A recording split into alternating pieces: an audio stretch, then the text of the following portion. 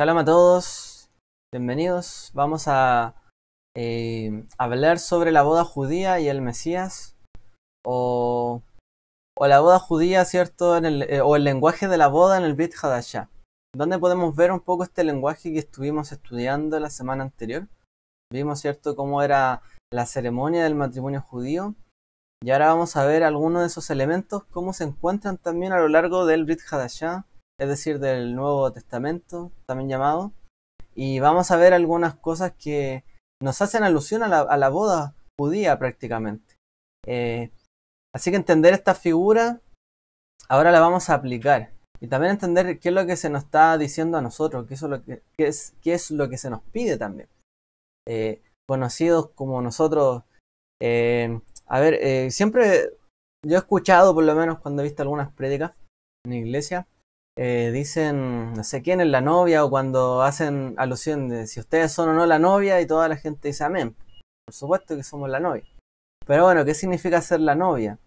¿En qué proceso estamos? ¿Por qué fuimos llamados así? ¿Qué es lo que se requiere de nosotros?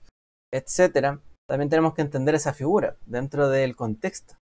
Porque decir soy la novia, bueno, ¿en qué sentido, cierto? Somos la novia. Así que, Así que vamos a ver un poquito la continuación de lo que fue la semana anterior. Bueno, Baruch atah Adonai Eloheinu melech haolam asher kidshanu v'yisodeh tzivanu la'asok b'divrei Torah. Amén. Bien, la boda judía en el Brit Hadashah. Eso vamos a ver.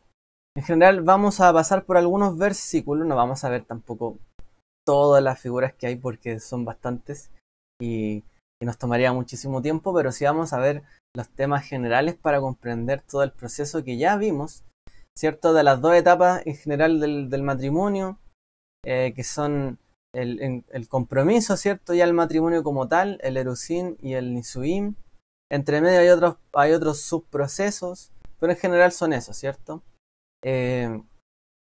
Existen muchas costumbres señaladas por Dios como herramientas de enseñanza. Nosotros tenemos en la Escritura muchas maneras donde podemos comparar cómo acciona el Eterno en este mundo y cómo es su plan de salvación, de redención, qué es lo que busca de nosotros. De hecho, basta con mirar la creación, ¿no? Basta con mirar nuestro entorno y ver cómo obra Dios a través de ello y qué cosas nosotros podemos aprender. Y por supuesto que la Escritura no está libre de todas esos parangones. La boda, ¿cierto? Y la ceremonia de la boda judía tiene muchas lecciones espirituales para cada uno de nosotros que están entrelazados, ¿cierto?, a lo largo de esas páginas.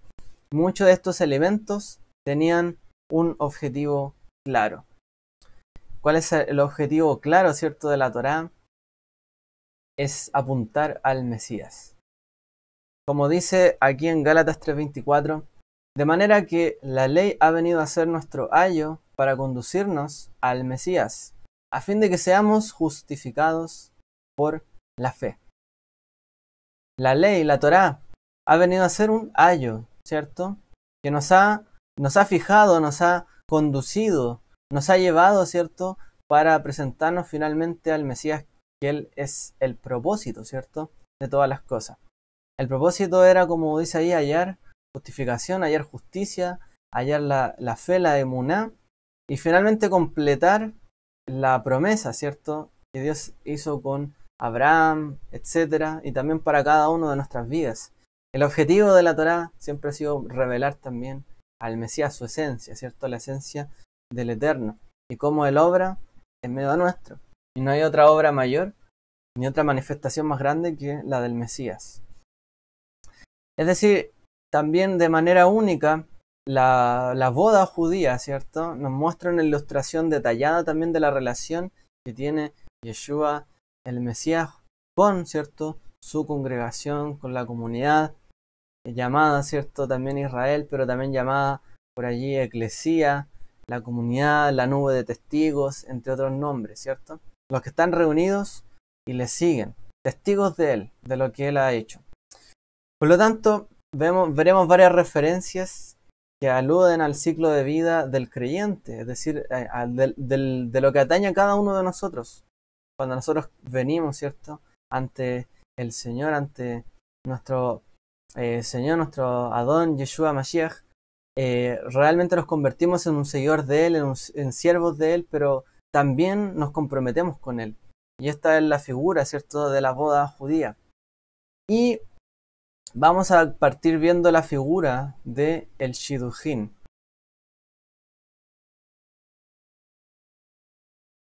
¿Se recuerdan qué era el Shidujin? El Shidujin consistía en la elección de la novia. Estamos hablando de cuando se elegía la novia. También, como dice en Efesios, todos los creyentes han sido escogidos, elegidos como la novia del Mesías. Todos nosotros, en otras palabras, hemos venido a ser escogidos, ¿cierto? ¿Por qué somos escogidos? Porque tú eres diferente, porque tú eres especial. No, el punto de ser escogido tiene que ver con que hemos sido señalados, ¿cierto? Escogidos para presentarnos ante el novio.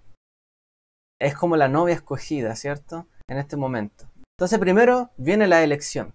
Somos primeramente llamados y elegidos por Él.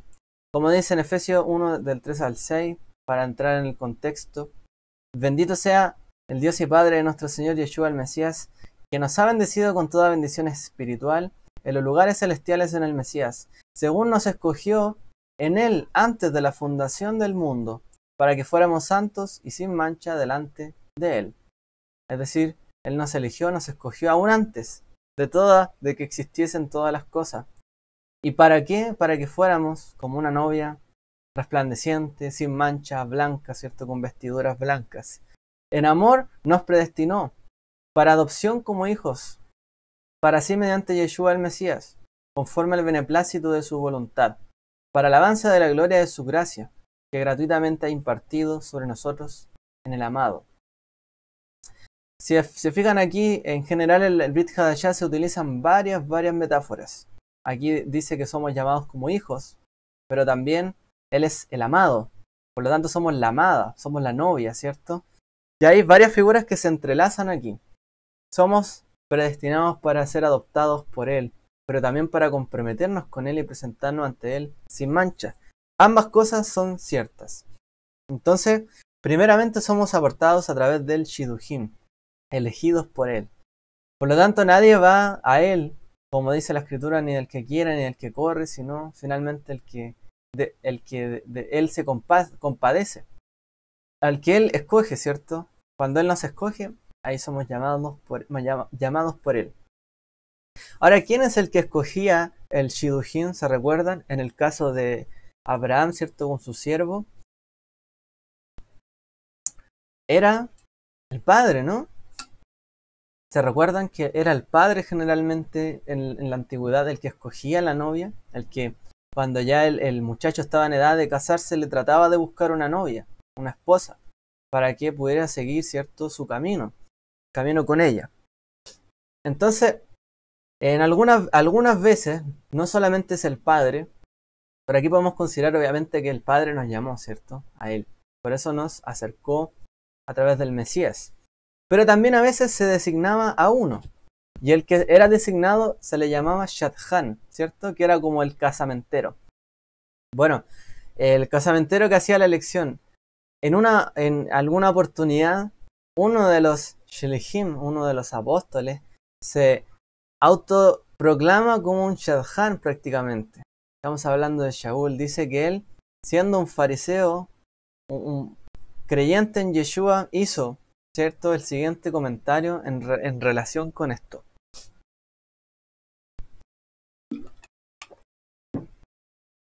Quisiera que me soportarais un poco de insensatez, y en verdad me soportáis, porque celoso estoy de vosotros con celo de Dios, pues os desposé a un esposo para presentaros como virgen pura al Mesías. ¿Qué le está diciendo en este momento Shaul? Yo he sido un Shadchan, un casamentero. Estoy celoso porque los he desposado a ustedes. Envidio también su condición de recién, por así decirlo, de recién casados, ¿no? De que se hayan desposado con él y que estén limpios, ¿cierto? Puros delante de él. ¿Y qué está diciendo él? Yo los acerqué al padre, a él, al novio. Yo les hablé esta palabra, yo les presenté todo esto. Y siento celo, por tanto, por ustedes. Porque yo fui los que trabajé también con ustedes para que se acercaran a él. Pablo a veces utilizó esta figura muchas veces para defender lo que él quería impartirles, compartirle a todos ellos. Que no se desviaran de ese lugar. Y él actuó como un shadchan. Es decir, que muchas veces los creyentes también son conducidos por alguien que es llevado al novio. A veces le llaman, ¿no?, un evangelista a alguien, una persona que conduce a otro y lo acerca, ¿cierto?, al novio. Shaul se autoproclamó así.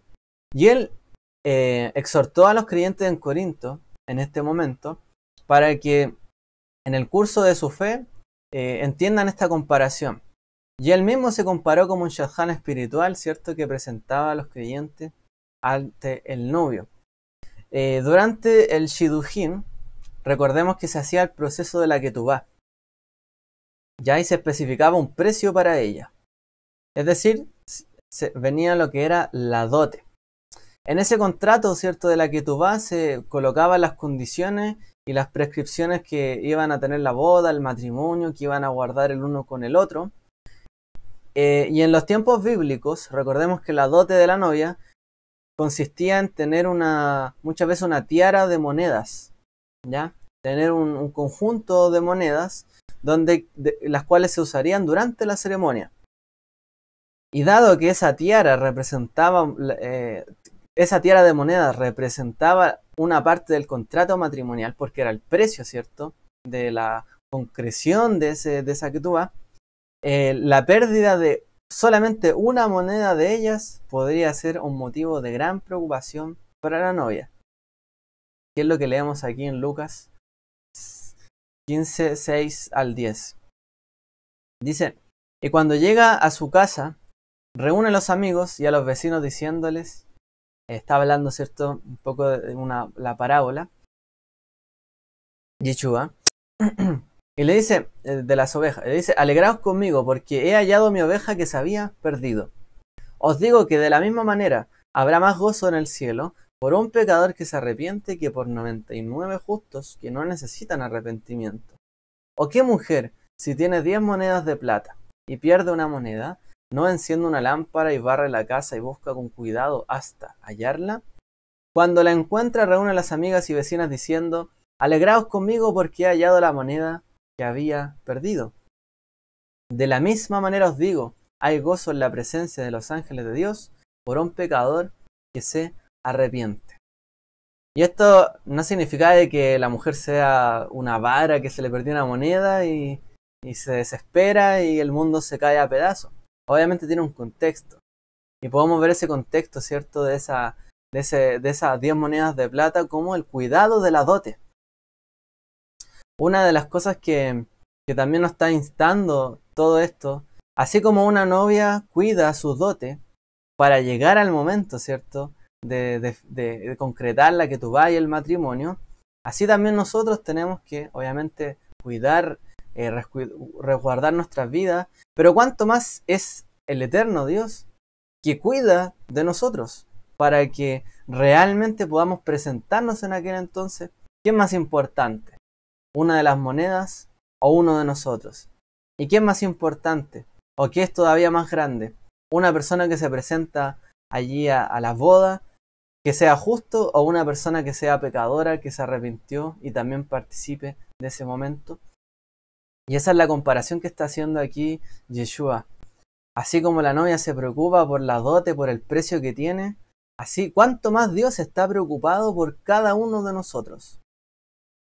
Si era tan importante que todas las monedas estuvieran allí presentes, que no se perdiera ninguna, cuánto más es importante que uno de nosotros, que somos ovejas para Él, o incluso como la novia, nos podamos presentar en ese momento y estar aprobados. Realmente hay alegría, como dice Yeshua, en los cielos, cuando un pecador se arrepiente, cuando puede realmente presentarse en ese momento. Obviamente el buen pastor es lo que hace, ¿cierto? Busca las ovejas, aún la única, ¿cierto?, que se había extraviado, aún cuando tiene otras 99. ¿Y qué es la Ketubá? En el lenguaje, ¿cierto?, del Brit Hadashah, no es otra cosa que el nuevo pacto. O la nueva alianza, la Ketubá. Esta figura, este contrato matrimonial no es otra cosa que el nuevo pacto, si lo vemos en esta figura. El novio, que es Yeshua, promete pagar un precio propio. ¿Cuál es su precio? Su propia vida. Y da su vida por su amada. Mientras tanto, la novia, ¿cierto?, toda la congregación, promete pagar su dote con su propia vida entregada para él. Eso es lo que consiste también nuestra boda con el Mesías, que ojo, ya está efectuada. No es que estamos esperando todo. Nuevamente, recordemos que hay varias etapas, pero por lo menos ya estamos desposados, comprometidos con él. No es que todavía falte algo, lo que falta es que llegue el momento donde venga el novio, pero ya está todo concertado. Entonces, Pablo, ¿cierto?, también asume esto que estamos hablando. Dice, pues por precio habéis sido comprados, por tanto glorificad a Dios en vuestro espíritu y en vuestro espíritu, los cuales son de Dios. Es decir, ¿de qué manera nosotros podemos pagar el precio por el cual hemos sido comprados? Porque él, ¿cierto?, el novio, es el que paga la dote. Su precio, ¿cierto?, fue su propia vida. Por lo tanto, ¿qué es lo que requiere de nosotros? Como dice aquí, glorificad a Dios en vuestro cuerpo y en vuestro espíritu. Lo que nosotros debemos entregarle a Él es algo también equivalente, nuestra vida dedicada también para Él, en nuestra carne y en nuestro espíritu. Lo que hay fuera y también lo que hay dentro de nosotros. Somos templo, ¿no?, de Él. Realmente tenemos que entregar nuestra vida para Él. Esa es la manera en la cual nosotros respondemos a esa dote, que fue el precio de su vida. Luego, ¿cierto?, de entender esto, podemos llegar al punto de lo que es el compromiso, el erusín, y es la siguiente parte de la ceremonia. El erusín, ¿cierto?, ya es el compromiso como tal. La ceremonia del erusín, que en esta sección es llamado Kiddushin también, que es la consagración, incluye la bendición en la primera copa, ¿cierto?, de la jupá. Cuando se celebra un matrimonio hay dos copas y la primera de ellas, ¿cierto?, se hace con lo que es la consagración de la novia con el novio, el uno para el otro. Que recordemos que en el tiempo bíblico no se hacía todo en el mismo momento, sino que se hacía en un momento esta ceremonia, el compromiso, y después, un año después, volvía el novio y se casaban oficialmente, ¿ya? Entonces, la primera copa nos recuerda, ¿cierto?, a algo muy, muy, muy importante. Una de las últimas cosas que hizo nuestro amado Mesías cuando estuvo en la tierra fue bendecir, ¿cierto?, la copa de Pesaj, la cual fue llamada la copa del nuevo pacto. Declaró, ¿cierto?, que no tomaría otra copa con sus discípulos, sino hasta el reino, ¿cierto?, de Dios, hasta su vuelta. Y este es el perfecto símbolo también de lo que es en el matrimonio la consagración de la primera copa. Como dice en Mateo, y tomando una copa habiendo dado gracias, se la dio diciendo, bebed todo de ella, porque esto es mi sangre del nuevo pacto, que es derramada por muchos para el perdón de los pecados. Y os digo que desde ahora no beberé más de este fruto de la vid, hasta aquel día cuando lo beba de nuevo con vosotros en el reino de mi Padre. En ese momento, donde dice esta es la sangre, ¿cierto?, del nuevo pacto. En este momento queda consagrada, ¿cierto?, su discípulo, en ese momento su pequeña congregación, para él y él para ellos, para que empezaran, ¿cierto?, a guardar hasta su venida. Mientras estuvo el novio presente, obviamente, como él dijo, ahí no es que se ayune, ¿cierto?, ahí se le tiene que aprovechar, pero llega un momento donde él no está, y hasta que no está no se le puede aprovechar. En otras palabras, estaba instruyendo también a sus discípulos para que esperaran su pronta venida, que en ese momento iba a comenzar el proceso de de la boda, en otras palabras, con su pueblo, ¿cierto? Con todos también los que vienen a la fe. Así que en ese momento empezamos a guardar hasta su venida. Parte, ¿cierto?, de nuestra fe consiste en creer que va a retornar el Mesías. Nosotros creemos que viene el Mesías. Y esto también tiene que ver con la boda, porque no nos casamos en el aire, pues tenemos que creer que el novio va a venir. Si no, ¿qué estamos esperando? ¿Qué estamos haciendo? Tenemos que creer, ¿cierto?, que Él va a venir. La creencia en la venida del Mesías es muy importante. Y en este momento es cuando se sella también ese compromiso, en un Pesaj. Y el Pesaj significaba el derramamiento de sangre por, ¿cierto?, por el pueblo. El derramamiento y el precio de su vida por el pueblo. Su dote para nosotros. ¿Y qué es lo que teníamos que nosotros responder ante eso? Nuestro compromiso y espera hasta su pronta retorno. Aunque las dos partes han acordado compartir las bendiciones del Erusín en la Jupá, están en compromiso matrimonial. Ya a partir de ese momento ya es el compromiso matrimonial, a partir de esa primera copa y la consagración. De hecho, todavía no iban a vivir bajo el mismo techo, pero la promesa y el compromiso ya estaba cerrado. Recordemos, en el mundo bíblico no era inmediatamente compartían su techo y ya. No, pasaba un tiempo hasta que el marido, el esposo, ¿cierto?, el prometido preparaba sus cosas y la novia también preparaba sus cosas para ese momento.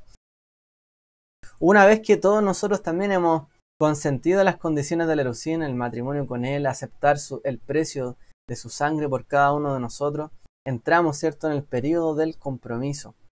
En este momento, bíblicamente se tomaba un año, como mencionábamos, y está entre la ceremonia de la primera copa y la boda final y simbolizada en una segunda copa, ¿cierto? Y es cuando ya se consagra todo, el final de la boda. Estamos esperando a beber en el reino más adelante, ¿cierto?, esa segunda copa. Pero todavía hay mucho que está entre medio, mucho por hacer. El novio tiene sus propias responsabilidades y sobre todo la mayor, ¿cuál es? Preparar el futuro hogar, preparar las moradas, preparar la morada para la novia. Ese es el trabajo principal del novio. La preparación de esa futura morada, ese hogar, encaja por supuesto con las enseñanzas de Yeshua y sus palabras. El Mesías, ¿cierto? Yeshua trató de consolar a sus discípulos cuando obviamente entendieron que iba a padecer ante su inminente partida, y les dijo, ¿cierto?, unas palabras a sus seguidores que realmente le trajeron mucha esperanza. ¿Qué es lo que les dice? No se turbe vuestro corazón, creed en Dios, creed también en mí. En la casa de mi Padre hay muchas moradas. Si no fuera así, os lo hubiera dicho, porque voy a preparar un lugar para vosotros. Y si me voy y preparo un lugar para vosotros, vendré otra vez y os tomaré conmigo, para que donde yo estoy, allí estéis también vosotros. ¿Qué es lo que está haciendo hoy, cierto? El Mesías, preparar esas moradas para cada uno de nosotros. Llegará un momento donde Él venga, ¿cierto? Donde Él realmente pueda acercarse y podamos encontrarnos nuevamente con Él. Pero de momento estamos en la espera, esperando, ¿cierto?, su venida. Así que tenemos que confiar, como dice allí, no se turbe vuestro corazón. Creed en Dios, creed en mí también. Hay que tener emuná. Emuná en hebreo, ¿cierto? Ya lo hemos mencionado, pero aquí toma mucho sentido. No significa simplemente fe o certeza. Emuná en hebreo quiere decir sobre todo fidelidad. Hay que ser fiel. No solamente en el momento en que ya está casado, porque de hecho se entiende en el contexto de la redención que ya cuando llega la boda después de no hay más pecado, no hay otro tipo de cosas. Pero hasta antes de, todavía hay posibilidad de infidelidad o de pecar, de transgredir. Entonces, la emuná representa la fidelidad de la novia para esperar al novio fielmente y no engañarla, no engañarlo, no irse tras otros señores, otros novios, otras corrientes, otras doctrinas, etc. Otra otra persona finalmente. Entonces la emuná es no solamente la creencia, sino la fidelidad que tiene que tener la novia a partir de ese momento, y por supuesto el novio, para llegar hasta allí, al final, a concretar todas las cosas. Por eso, tiene que haber fidelidad antes de, no solo después de, sino antes de. Y allí, ¿cierto? También está la acción de lo que está haciendo el trabajo, su Ruach HaKodesh, su Santo Espíritu en nuestra vida, obrando, ¿cierto? Para prepararnos para ese momento y mantenernos en fidelidad. Yeshua es nuestro prometido, está, ¿cierto? En los Shamaim, en los cielos. Él hizo el primer voto, ¿cierto? Con su novia, ese compromiso a través del nuevo pacto. Y a quienes incluyó, por supuesto, a su pueblo, pero a todos los que también invocaran su nombre, todos los que se acercaran a él. Y ya sabemos que no solamente a su pueblo, Israel, sino también a todos los que quisieran también acercarse de todas las naciones a él para ser esta novia. Que fueron adicionadas, ¿cierto?, en esta novia, porque también es importante entender que la novia, más allá de la discusión, es Israel, no es Israel, quién es la iglesia aquí y allá. El punto es que la novia tiene que ser obviamente adecuada. ¿Y qué es lo que prescribe lo que es la novia adecuada? La Ketubá. Y la Ketubá sabemos que es la escritura, sobre todo lo que es la Torá. La novia que se mantiene, ¿cierto?, en las condiciones del pacto, en las condiciones de la Ketubá, esa es la adecuada. Esa es la que se preserva de la manera adecuada. Por supuesto, hablamos del pueblo judío, pero también podemos estar hablando de quien no sea judío, también esté, ¿cierto?, adicionado a este entendimiento, para que se mantenga en la fidelidad.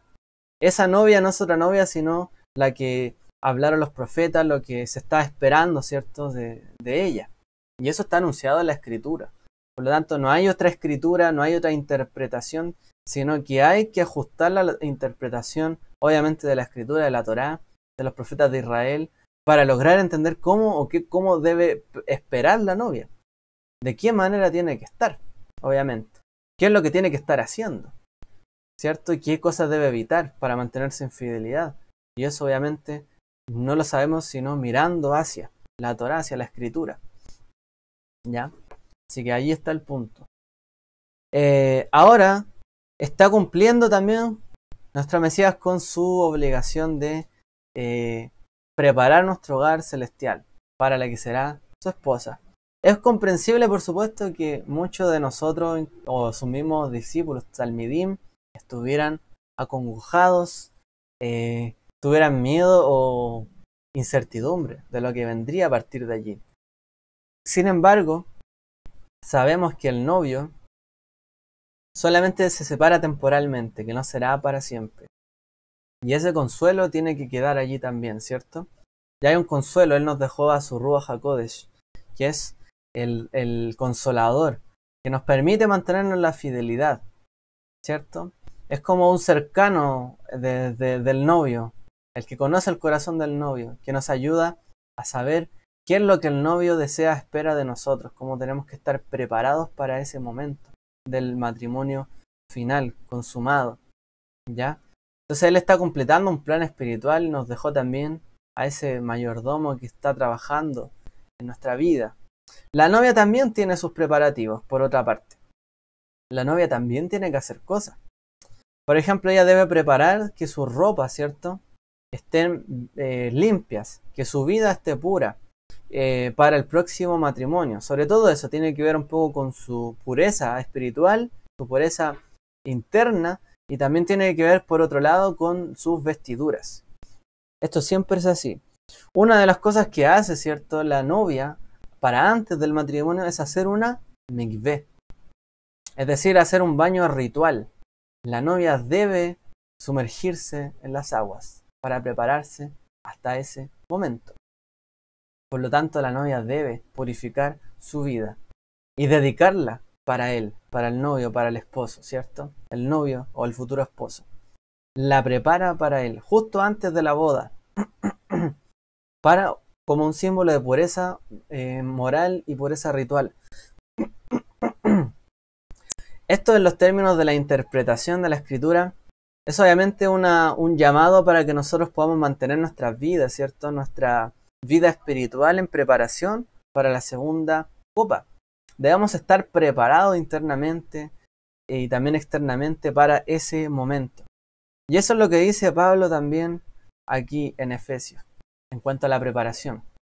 Maridos, amad a vuestras mujeres, así como el Mesías amó a la iglesia, la eclesía, a la congregación, y se dio a sí mismo por ella, para santificarla, habiéndola purificado por el lavamiento del agua con la palabra, a fin de presentársela a sí mismo. Una congregación, una iglesia en toda su gloria, sin que tenga mancha, ni arruga, ni cosa semejante, sino que fuera santa e inmaculada. Maridos, amad a vuestras esposas, así como el Mesías nos amó, ¿cierto? ¿Y cuál es el propósito? Y Él se dio a sí mismo. ¿Para qué? Para santificarla, para purificarla, para que se mantuvieran, ¿cierto? Y se preservara en toda su belleza, su gloria, para prepararla, ¿cierto? Como dice ahí, como para que estuviera inmaculada, sin ninguna ningún error, ¿cierto? Sin ninguna mancha, ninguna cosa que pudiese herir, ¿cierto? Su pureza, y santa, apartada. Es decir, en este sentido, obviamente está haciendo un llamado a los esposos a que de ellos también corresponde, ¿cierto? El que sus esposas, sus mujeres también estén preparadas, estén santificadas. También tienes que procurar esto así como el Mesías lo procuró. Así que dice, a fin de presentársela a sí mismo, en toda su gloria. ¿Cómo? Cuando estén limpias. ¿Cierto? Cuando la congregación esté bajo el lavamiento con agua, que es con la palabra, como dice allí Pablo, estamos continuamente lavándonos. Podríamos decir que hay una vez que nos sumergimos, pero también nos estamos lavando con su palabra. Nos estamos lavando también hasta ese momento con su palabra. Entonces tenemos que estar en eso. En ese proceso de lavamiento, de purificación, para presentarnos de manera perfecta ante ese momento. Y el mayor ejemplo que tiene un esposo obviamente es el Mesías, cómo se entregó por todos nosotros. Y así debe ser la dedicación también. Los últimos 2000 años han sido desde, ¿cierto?, la muerte y resurrección del Mesías, un compromiso entre él y la novia. Como cualquier novia que está ansiosa, la espera se hace difícil. La espera se hace demasiado larga muchas veces. Sin embargo, el novio está por volver. Que es lo que también nos dicen, que no tenemos que tener por tardanza su venida. Tenemos que estar preparados, en otras palabras, siempre listos para su venida. Los creyentes en Yeshua también debemos preguntarnos si nuestras ropas están limpias. Si estamos cumpliendo también con las promesas que hicimos en esa que tú vas, con los compromisos en los cuales nosotros incurrimos al hacernos parte de este camino. ¿Estamos cumpliendo o no con lo que le hemos prometido, con las cosas que Él requiere de nosotros? El mismo Yeshua proclamó que los que no son fieles serían cortados. El árbol que no da fruto debe ser quemado, dice Yeshua en Mateo. Yeshua también advierte a su novia usando la parábola de las 10 vírgenes. Recordemos, ¿cierto? Hubo vírgenes que estaban preparadas y otras que no. Obviamente hay una sensata y otra insensata. Las sensatas preparan el aceite, están a la espera en las puertas, saben, pueden prender la luz cuando viene el novio para saber dónde está. No llega solo de improviso, sabe, ¿cierto? Más o menos cuando viene. ¿Por qué? Porque está preparada. Hubo quienes, a pesar de haber hecho el erusín con el novio, no se prepararon dentro de esas 10 vírgenes, ¿cierto? Y se les impidió celebrar la boda. Es decir, aun cuando todas se habían comprometido, y este es el punto, todos, ¿cierto? Los creyentes se comprometen, vienen a ser la novia, todos. Pero hubo vírgenes que no se prepararon lo suficiente y no estaban listas y no pudieron celebrar la boda, no pudieron llegar hasta el final. Por eso es que no es simplemente que ya creímos y ya, hay que continuar el camino. Hay que estar preparándose para el final, para la boda final. No podemos cantar victoria, que ya está todo bien. Estamos emprendiendo este camino de preparación. Y hubo vírgenes que no pudieron tener y estar en la boda, las que no se prepararon. Por eso, no podemos ser livianos también en cuanto a lo que tenemos que estar o no haciendo. Tenemos que estar haciendo lo que nuestro Mesías nos mandó, lo que dice la Escritura, su justicia, su misericordia, etc. Tenemos que estar obrando todo esto. El Nisuín, que es la ceremonia final, la segunda parte del matrimonio, completa la figura espiritual de todo esto. De acuerdo, ¿cierto?, a la antigua tradición bíblica, el novio vendría, ¿cierto?, al final del año, después, ¿cierto?, del erusín, del compromiso. Todo estaría listo para que estuvieran, ¿cierto?, juntos y para la llegada del novio. El novio solo podía ir ante la novia después de que el padre diera la orden. Dentro de la tradición antigua también era el padre el que daba la orden de cuándo el novio iba donde la novia. ¿Qué es lo que dice Yeshua? Que él no sabe la fecha, ¿cierto? Él no sabe ni el día ni la hora, sino solamente el Padre que está en los cielos. Él sabe el momento. No lo sabe él, sino el Padre. Nuevamente nos cita la antigua tradición de la boda. ¿Por qué el Hijo no sabe? Porque el Hijo no era el que decidía el momento, sino era el Padre. El Padre veía cuándo el novio venía y iba a buscar, ¿cierto?, a la novia. Y el novio, ¿cómo es que venía? Con una procesión por las calles. Y venían sonando trompetas, como dice la tradición, a lo largo del camino. Voz, ¿cierto?, de júbilo, de gozo, de alegría por el novio y la novia en una procesión por las calles en este caso de Jerusalén, ¿cierto?, de Judá, como dice el profeta Jeremías, pero también acompañada de las trompetas. La tradición, ¿cierto?, del Nisuín se ve reflejada en las palabras de Pablo también, aquí en el libro de los Tesalonicenses. Pues el mismo Señor descenderá del cielo con voz de mando, con voz de arcángel y con la trompeta de Dios. Y los muertos en el Mesías se levantarán primero. Entonces nosotros, los que estemos vivos y que permanezcamos, seremos arrebatados juntamente con ellos en las nubes al encuentro del Señor en el aire. Y así estaremos con el Señor por siempre, por tanto, confortados unos a otros con estas palabras. Y vamos a explicar, ¿cierto?, algunas cosas de aquí.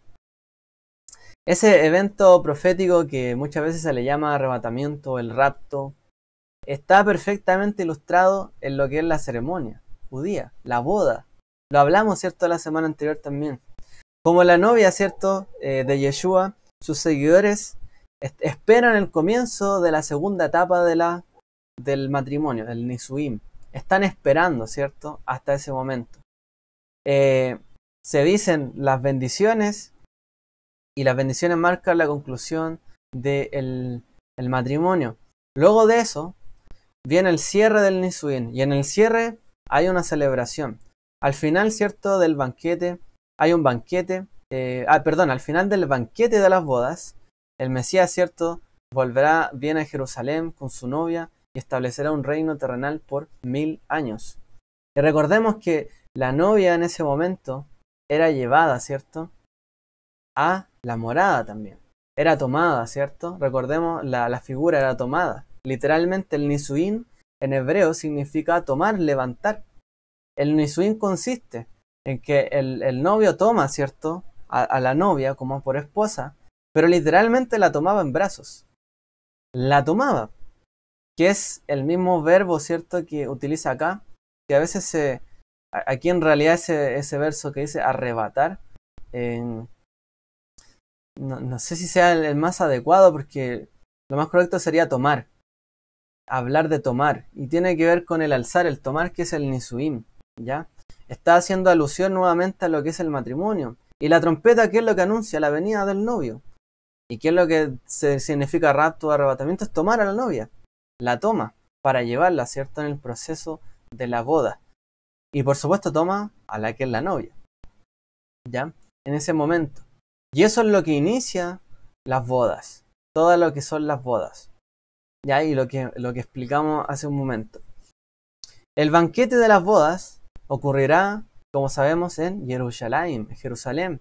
Y el resto, ¿cierto?, de todos los creyentes posteriormente se unirán también a esta celebración. Bueno, por allí también hay un tema de resurrección. No vamos a entrar en todos los detalles de quién va primero, quién no, ¿cierto? Pero obviamente dice que van a ser tomados primero los que estaban esperándola. ¿Quiénes estaban esperando? Los que murieron primero esperándola, esperándolo a él, al novio. Esos son los que estaban durmiendo, esperando a la espera del Mesías, los primeros, ¿cierto?, que son acercados. Y luego todos se unirán también a la celebración, como nos plantean las Escrituras. Esa va a ser una gran recepción, realmente.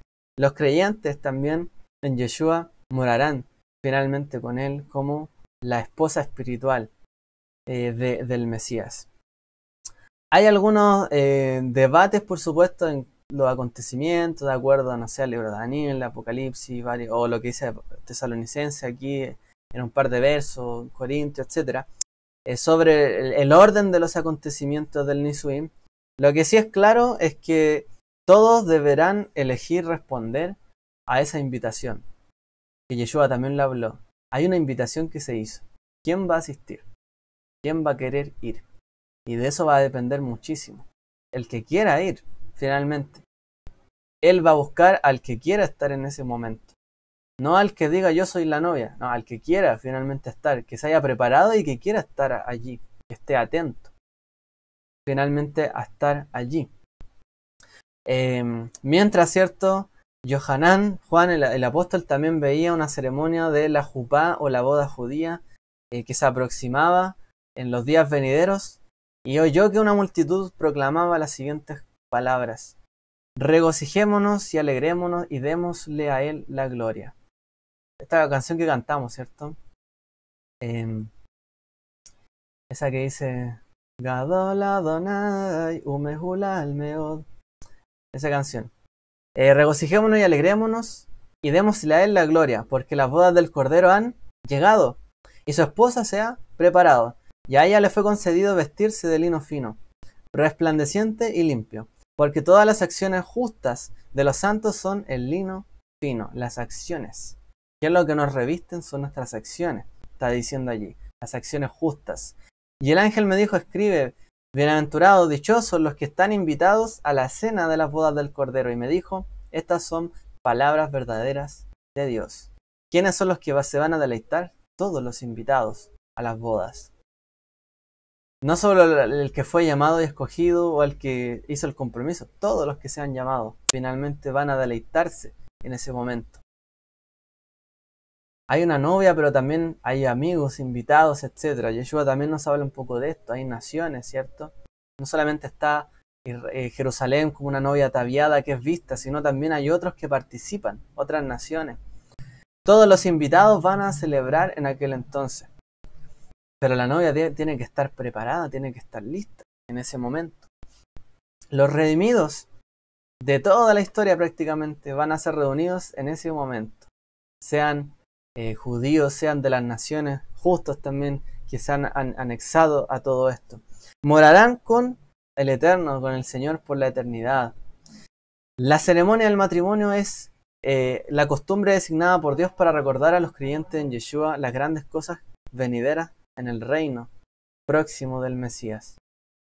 La novia es tomada para llevar, ¿cierto?, a las moradas. Eso significa, en este caso. No es como que desaparece, o sea, en sí podríamos decir que es tomada para ser llevada a la morada, que en este caso es Jerusalén, ¿cierto? Por eso sabemos también que ahí se cumplen varias cosas que dicen los profetas, sin entrar en tantísimo detalle, que hablan de que el pueblo será reunido de todos los lugares, va a ser tomado, ¿cierto? ¿Para qué? Para ser llevada a Jerusalén, a Israel, a la tierra. Y la tierra lo que simboliza obviamente son las moradas. Y la figura que se nos presenta es una ciudad descendiendo, ¿cierto? O sea, se nos presenta una morada que está preparada, que desciende y que se presenta ante toda la novia. Es el pueblo, ¿cierto? Allí vemos varios acontecimientos proféticos, pero ese tomar tiene que ver en parte con su pueblo, no con algo ajeno, ¿cierto?, a ello. Y tiene que ver con la figura de la novia que es tomada en el Nisuim, que es el casamiento, la última etapa de la boda, tomada para ser llevada. Como la novia del Mesías, por supuesto, todos nosotros debemos mantenernos constantemente preparados para su regreso. Solamente nosotros como seguidores de Él, y solo es lo que nos dice la Escritura, estaremos realmente invitados como la novia en ese momento. Quizás habrán otros invitados. ¿Cómo será Dios que planea todo eso? ¿Cómo sabrá Él cuáles son los invitados? Nosotros tenemos que preocuparnos por hacer lo nuestro, primeramente, que es lo más importante, de estar como una novia bien presentada para ese momento, bien ataviada, bien vestida, con la pureza, purificada por su palabra, etc. Y que Él pueda venir pronto, ¿cierto? Que nuestro Mashiach venga pronto para que la celebración pueda llevarse a cabo finalmente.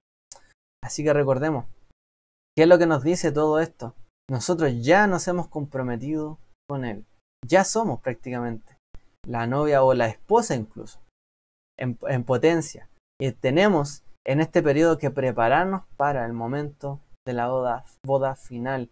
Pero ya le debemos fidelidad, ya le debemos, ¿cierto?, nuestra devoción a Él y nuestra preparación para agradarle a Él y cumplir la estipulación de la Ketubá, que en este caso es la escritura, ¿cierto? Cumplir con los parámetros que Él espera de nosotros y Él cumplir con lo que nosotros esperamos de Él. De eso se trata esto. Para cuando llegue ese momento que ya es otra cosa. Porque, hermanos, y esto es lo que tenemos que entender claramente, porque la Torá nos ayuda a mostrarnos al Mesías. Lo dijimos al principio. El objetivo es mostrarnos al Mesías. Pero esta Torá es pequeña a lo que se va a vivir realmente junto con Él, junto con Dios. Porque nuestra Torá consiste en estipulaciones, harás, no harás, límites. Pero dentro del matrimonio no hay solo reglas y condiciones, también hay otras cosas más. Se disfruta, ¿cierto? Se multiplica, hay fruto, hay trabajo y esfuerzo en conjunto, hay cosas que se siguen logrando. Hay mucho más en el matrimonio que un simple contrato. El contrato lo único que hace es decir, esto se puede, esto no se puede hacer, pero no dice todo lo que se va a poder vivir realmente en la plena libertad. Por lo tanto, el cumplir esta estipulación, su Torá, su palabra, es solamente una pequeña porción de lo que podremos vivir a futuro junto con Él. De hecho, es prácticamente una nimiedad, es muy poco lo que refleja. Es una sombra realmente como has descrito, porque el Mesías, que es el novio, y el vivir con Él, juntamente con Él, es lo que muestra la realidad de las cosas. Una cosa es decir qué es lo que se va a pasar en el matrimonio, qué es lo que, o recibir consejos, hay que hacer esto y esto otro, y otra cosa es vivirlo, ¿no? Como se dice. Por lo tanto, allí es donde realmente se va a disfrutar en plena libertad junto con el Mesías todo lo que Él tiene preparado para nosotros, que es todavía mucho más de lo que nosotros podemos ver en su palabra.